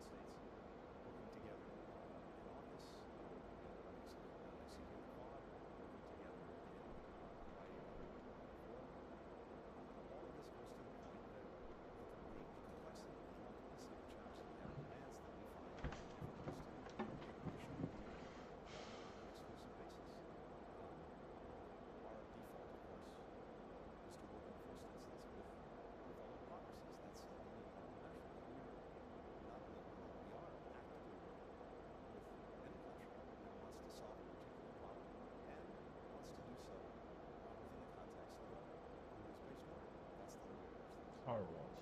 Speaking of a rule-based order, major powers today are criticized for upholding the rule-based order, upholding values in certain. Values, I don't even know what they are. Just values. It's like when they say you need religion so you can have morals. But don't you realize that all the religions are teaching different morals? What are the values that all the democracies have in common? I sure couldn't tell you what that is. Freedom? Liberty? Justice for all? I have no clue. I wish they'd tell me. What they say is our values are the same.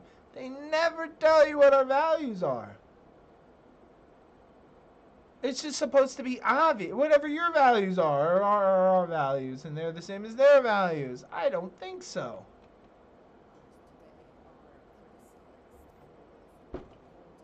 What are your values? And what are the value of your values?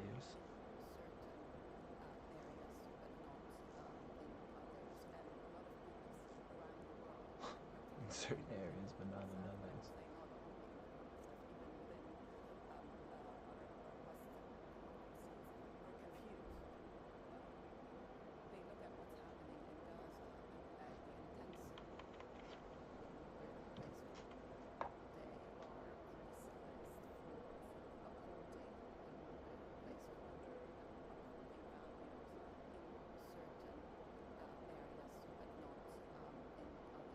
Hypocrites.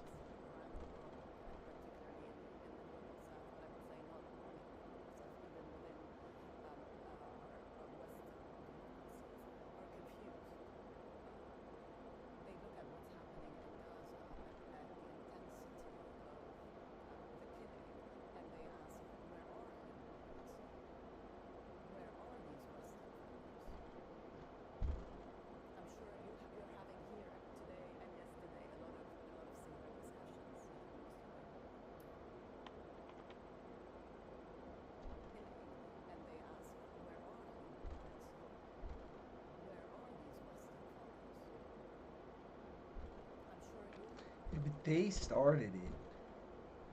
They attacked us first. We had to go overthrow their government, install McDonald's, kill all their leaders, replace them with Christians, and teach them democracy. We had to do that. We had to because they started the war by attacking us with their terrorists. Is what we used to say. Let's see what they say now about our bestie, our best ally in the whole fucking world, Israel. Israel, yes, Israel. Why Israel? Well, the Bible. Ask Peterson. He'll explain it.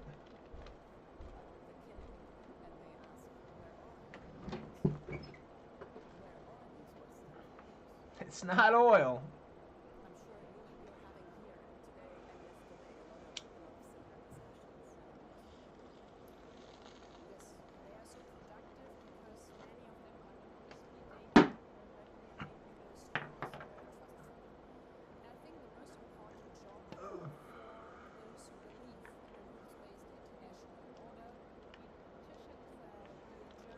see the symbol she has behind her? It's two lions. You know the lions that stand up on two legs. They got their tongues out. A ball. We'll say it's a globe of a type, maybe a sphere, and then a crown over it. It's their fucking subtle symbol. Now, who are the lions? Well, you'll have to, when we play Crusader Kings, I'll tell you. I'll tell you exactly who the lions are. Everybody's got a seal. Every family's got a seal. Every owner has a seal. Every lord has a king. Every king has a nation. And they all have different fucking symbols that look exactly like that. And I'll tell you who the lions are. I think I shouldn't say. We'll see for sure.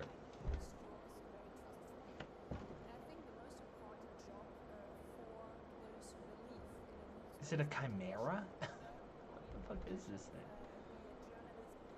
Is it a sphinx?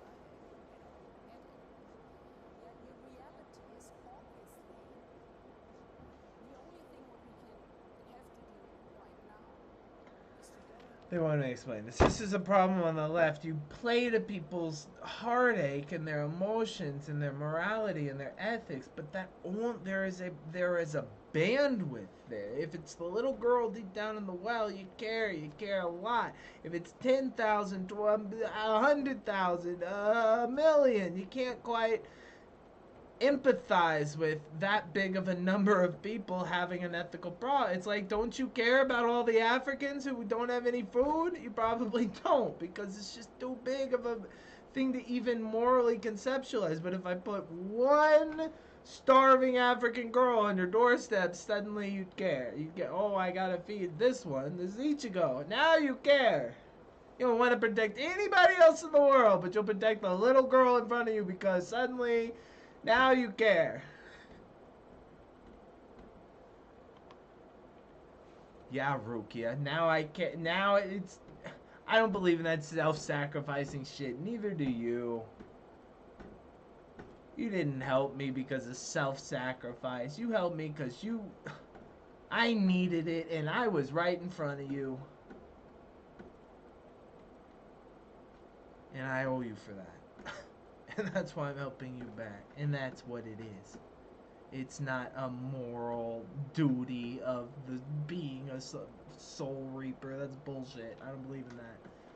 That was what we read last week.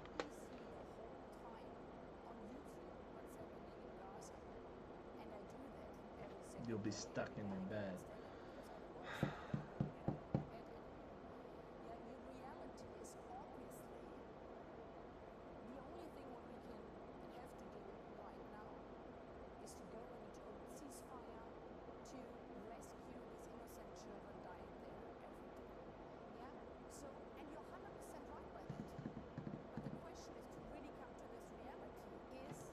Rescue them from who? From the people we're giving money to kill these people. What the fuck? Rescue them? The Jews? The innocent children. That must be in Gaza. Here for the children. Oh, not the women? Nope, I'm here to liberate the children. They're dying. They're killing all of them. You don't want to kill children. I'm pretty sure they want to kill all of the Palestinians. And their little dog, too. Everybody.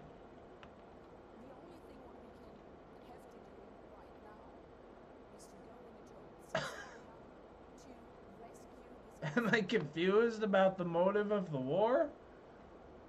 They hate these people.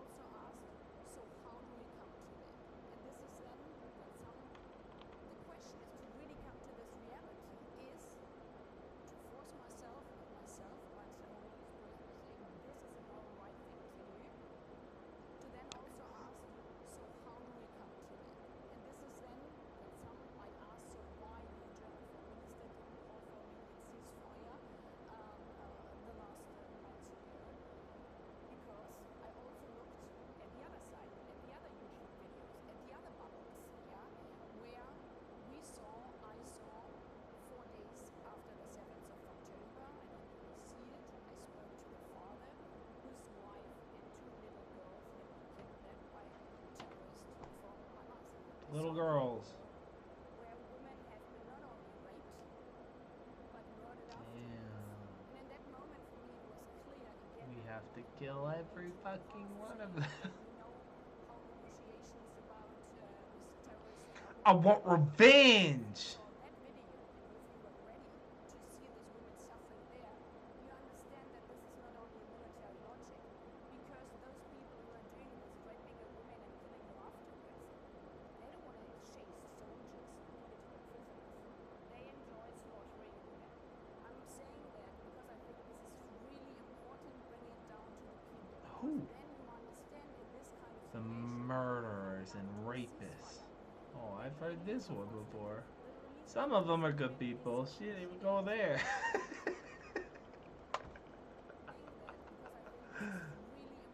She didn't even qualify. She just went there. All, I mean, she doesn't say all, but she does. By not qualifying it. Come in, baby.